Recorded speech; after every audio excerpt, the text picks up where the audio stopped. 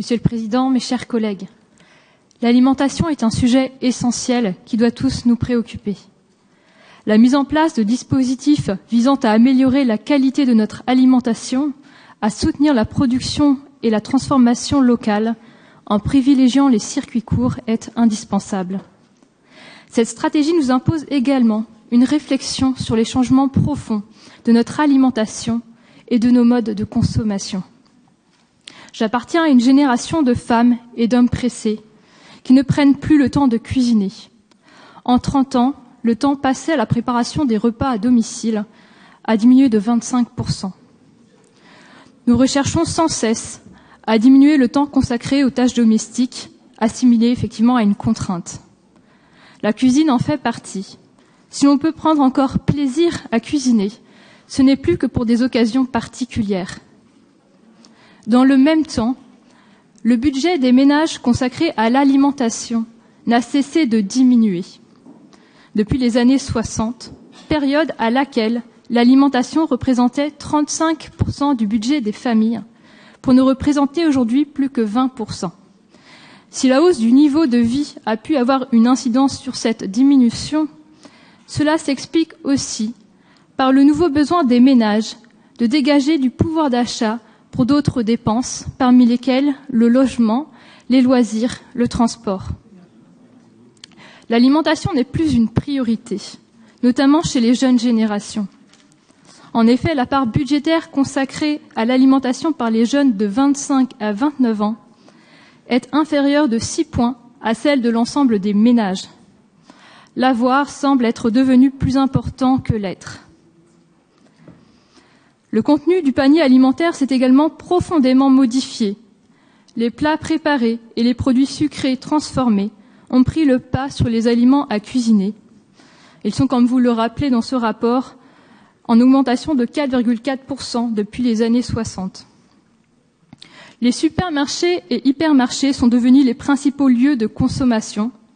72% des dépenses alimentaires y sont réalisées, au détriment des petits commerces. Les marchés, eux, résistent, principalement pour la vente de fruits et légumes. Nous observons également que les ménages choisissent de faire leurs courses dans les surfaces alimentaires selon plusieurs critères prioritaires que nous devons prendre en compte. Le premier, la proximité. Le deuxième, les prix pratiqués. Et enfin, le choix proposé. Mais l'attrait grandissant pour les drives doit nous poser question. Cela ne révèle-t-il pas un désamour pour les grandes surfaces? Les tendances qui indiquent un véritable regain d'intérêt pour les magasins de proximité à taille humaine. Les Français sont moins enclins à passer du temps dans les grandes surfaces. Les hypermarchés sont de moins en moins rentables. On note une baisse de chiffre d'affaires jusqu'à 4% pour certaines enseignes. Nous sommes peut-être arrivés à la fin d'une époque, mais nous devons proposer de nouveaux modes de consommation plus près des habitants. Faire renaître l'attrait pour les produits locaux, qui offrent de véritables qualités gustatives.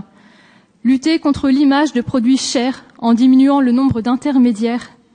Faire redécouvrir de nouvelles saveurs issues de nos terroirs avec des animations sur les marchés que nous devons préserver. Nous devons également avoir une politique plus incitative vis-à-vis des restaurateurs des sites touristiques. Osons sélectionner ceux qui ont un impact fort sur l'image gastronomique de notre région et proposons-leur un véritable accompagnement avec un chef renommé afin de monter en qualité, valoriser les produits régionaux avec une nouvelle carte et améliorer l'accueil.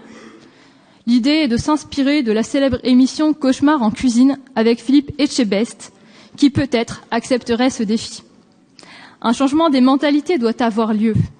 Des mutations dans nos modes de vie et de consommation doivent être encouragées. Ce n'est pas rien, mais sans cela, tous les efforts que nous ferons auront un impact extrêmement limité. Je crois qu'il peut y avoir un réveil, notamment chez les jeunes générations, qui n'en peuvent plus d'être déracinées.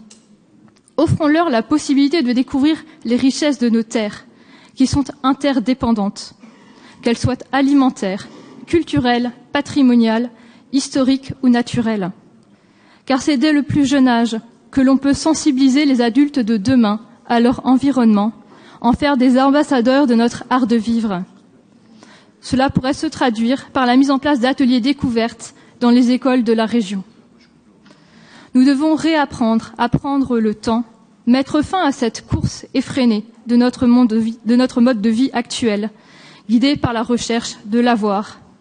Avoir toujours plus et toujours plus vite, où le numérique et notre addiction au monde connecté sont devenus de vrais virus qui nous déshumanisent chaque jour un peu plus et nous coupent du réel. L'alimentation est profondément impactée par notre mode de vie. Réagissons avant qu'il ne soit trop tard et que plutôt que de nous demander quel monde nous laisserons à nos enfants, nous osions nous poser cette question. À quels enfants allons-nous laisser le monde ? Merci.